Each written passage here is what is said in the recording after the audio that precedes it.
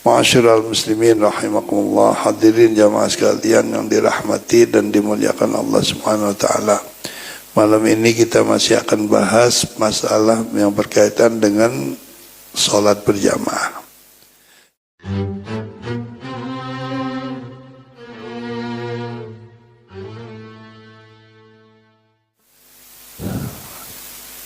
Yang terakhir, yang berikutnya adalah alla yumayyiza bainad dakhilaini, bainad dakhilina, ya. Syarat yang berikutnya adalah ada 7 syaratnya. Yang keenam, si imam itu tidak boleh membeda-bedakan orang yang mau ikut sholat bersama dia, yang masuk tadi yang baru. Jadi si A ditungguin, si B enggak, umpamanya gitu. Itu enggak. Jadi adil lah gitu, ya, apa adanya, ya. Yang terakhir syaratnya ayyakuna intizarhu liwajhillahi ta'ala. Nah itu yang susah. Dia menunggu itu karena mengharapkan pahala dari Allah, mengharapkan karena orang itu ditolongin bisa ikut ruku bersama dia, berarti si makmum itu dapat 1 rakaat gitu. Atau kalau sedang tasyahud akhir ditungguin supaya makmum itu dapat pahala berjamaah. Sebab kalau sudah salam itu sudah nggak ada lagi pahala jamaahnya gitu. Berarti dia harus sholat sendiri gitu.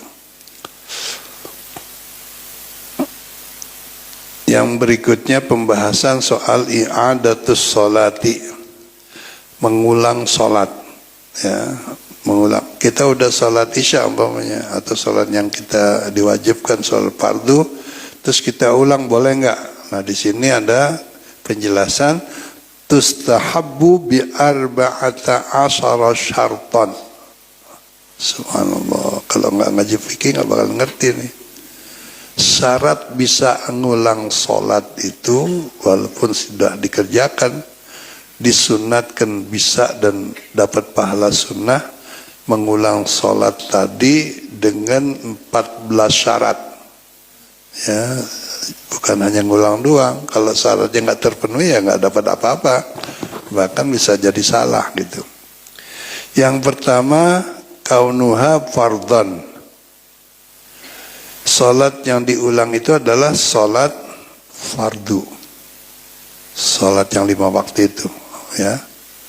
Tustahabu au naflan, atau salatnya salat sunat tapi tusra'u fihil jamaah, yang disunatkan dikerjakannya salat sunat itu berjamaah, seperti salat id, ya. Kita udah salat id ini, ada orang belum salat id, boleh sendiri, tapi supaya dapat pahala gedean, dapat pahala sholat jamaah, kita bantuin, kita ulang sholat jamaah, kita ulang sholat kita itu boleh, ya.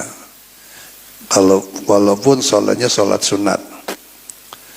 Yang ketiga, kaunuha muaddatan la waqtiyatan. Sholat yang dikerjakannya itu adalah sholat adaan, bukan sholat qadha, yang diulang gitu, ya. Yang berikutnya,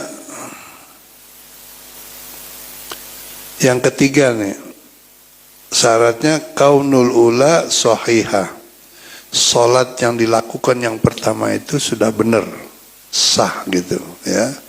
Secara hukum salat udah dianggap memenuhi syarat, memenuhi hukumnya gitu, sah. Baru boleh ngulang, ya.